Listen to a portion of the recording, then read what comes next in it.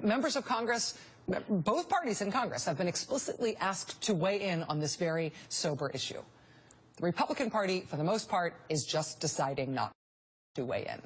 Or they're going to Egypt to say the Muslim Brotherhood did 9/11. It would be awesome at times like this for the opposition party in Washington to be a useful part of the debate. Hard-fought fights are better fights than fights that are wussy. Right? The more contentious the discussion, sometimes the more rigorous the discussion. Instead, though, a lot of the most substantive discussion and debate is happening just inside one of our two parties. It's happening inside the president's party, among Democrats who respect each other, but who do strongly disagree on this issue. Joining us now tonight for the interview is Congresswoman Barbara Lee of California. Congresswoman, thank you very much for being with us. It's nice to have you here. My pleasure. You have circulated a draft resolution that presents a menu of possible responses aimed at finding a solution to this Syrian crisis other than through military means. Have you had any input, bipartisan or otherwise, from your Democratic colleagues or your Republican colleagues on working on this type of approach? Rachel, I must say we've had quite a bit of input from our Democratic colleagues. We have not actually introduced it yet. But I think it's very important, one, to recognize that the president really exercised tremendous leadership, constitutional leadership, by answering our call and by really deciding that he should come to Congress for this debate and a vote. He really believes in the process, in the democratic process, and so moving forward, we have submitted for review an alternative that really lays out non-military options, because many of us believe, myself included, that first of all, the Assad regime, Assad should be held accountable for these horrific crimes against humanity. No one believes that this can go unchecked. But we do believe that there are other ways to put him in check and to hold him accountable. The Secretary of State Kerry, indicated and said, and so has the President and others, that they want to get to a negotiated settlement, that there is no military option. And so many of us believe that we have to seek and follow some non-military strategies, diplomacy, negotiations, because if not, a military strike could lead us in the opposite direction.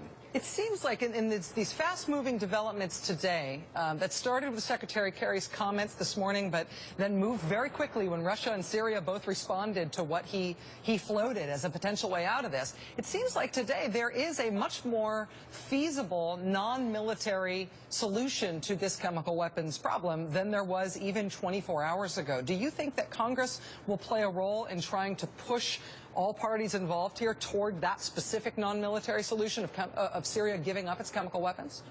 I hope so, because as part of my alternative, Rachel, we have that listed as a strategy, as what we think is one of the ways we can get to a negotiated settlement, and that's by requiring Syria to join the Chemical Weapons Convention.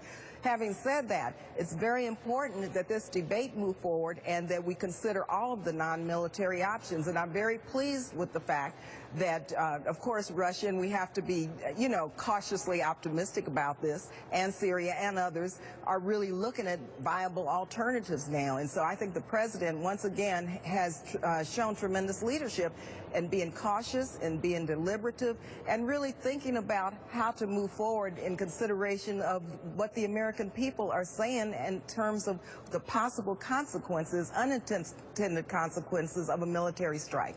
Congresswoman Lee, you, of course, famously were the one vote in either House of Congress back in 2001 against starting the Afghanistan war, which we are still in. You were opposed to the Iraq war. You've taken the responsibilities of Congress voting on matters of war and peace very seriously, even in the case of bucking all of Washington to vote your conscience. Do you feel like your House of Congress, do you feel that the House of Representatives should get on this and start voting? So far, it seems like the plan is to wait until the Senate has made their move. The Senate plan to vote on this has been delayed further by today's developments. Do you think the House ought to start talking about this sooner rather than later? Rachel, the House is talking about it. The American people are talking about it. There's no rush, as the president said. I believe this debate is very informative, and it's very needed, because the use of chemical weapons, it's a dangerous option that the Assad regime has exercised, and that should never, ever happen. And so now we're hearing from both sides of the aisle. We're hearing from the American people about the dangers of the use of chemical weapons, the horrendous, tragic consequences, and what we need to do to stop this onslaught that's taking place. And so we don't need to rush, Rachel. We need to engage our diplomacy in a way that we're, I think, doing right now in a very methodical way. The president and administration, they've been doing this for years.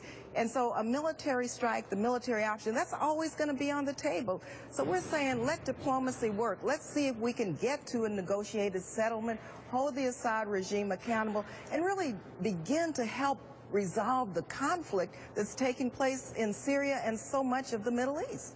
California Congresswoman Barbara Lee, thank you so much for your time.